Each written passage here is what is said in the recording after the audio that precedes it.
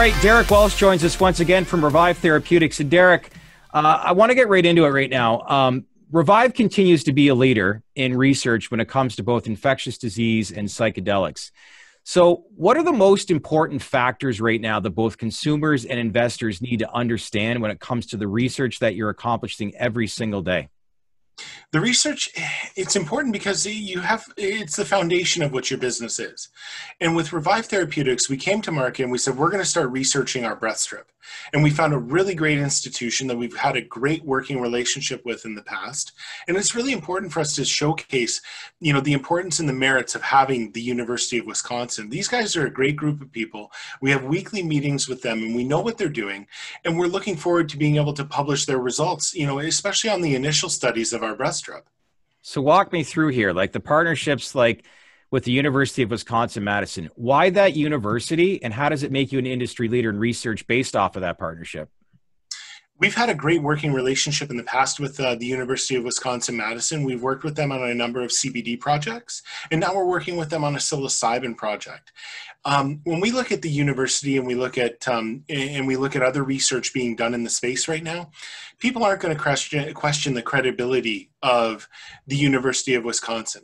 Right. These guys are world-renowned. They understand what we need to do, and they know the work that needs to be done in order to get to a pre-IND meeting. And these are, like we talked about in the past, these are a lot of check boxes that are really, really important to get to. So piggybacking off of that topic, when I talk to a lot of people like the investor community here at TDR, obviously, probably one of the biggest concerns that people have from an investor community is they want to make sure that whatever happens in this, say, psychedelic space doesn't happen, say, for example, what happened in the Canadian cannabis landscape from 3-4 years ago. That off the top, there's the proper amount of research that's taking place, that you don't have these crazy overinflated valuations based on little research. So we've talked about this before, and a lot of people are saying that psychedelics and research is happening a lot more off the top. So I have to ask, is the proper amount of research being taken place, and is there any kind of misconception going on when it comes to the kind of research that's being done? I believe it really boils down to, when we look at the cannabis space, the research around cannabis and all the things that it allegedly could have treated, it was disturbing because the prominence of cannabis was overpromised and underdelivered. Mm-hmm. So we've taken a different approach. Let's start off with, let's deliver. Let's do the research. Let's see where we're at today with regards to how do we do the research on our breath strip. So we start off with, we've got a breath strip. We were the first to come to market with this. Then we partnered with the university to start researching our breath strip. And our breath strip is made up of chitosan and tannin. So chitosan can come from shrimp, it can come from plants, it can come from mushrooms, it can come from a number of different sources. And then we have tannins like you would find in wine. And there's a number of different tannin sources.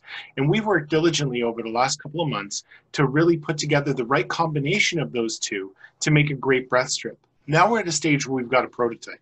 Now it's putting that working prototype through all of the advanced testing that we're going to need. So testing, how well does it disintegrate? How well does it incorporate the compounds into the fluid that we're working with? It's making sure that we can deliver psychedelic compounds into the human body at the correct rate, and as well as at the right dosage. So one of the important factors I also wanted to cover is the fact that Revive has their own intellectual property, which is your breath strip that you've, described to me in the past. It's like an Uber. Why is it this vehicle that people want to get into within this space? So it's really important to own your IP. Revive has a wonderful portfolio of IP, not just in cannabis, but in psychedelics and also in infectious disease. So we've got a plethora of opportunity in our portfolio with provisionally filed patents, of course. And now we're working with just our breath strip. We're starting off with one great piece of technology, and we're going to transition that forward. When we look at owning our own IP, we can do what we want with our breath strip. We can put whatever we like in it. If we wanted to put B12 in our breath strip, we can put B12 in our breath strip. We don't have to ask permission from anybody to do whatever we'd like with it.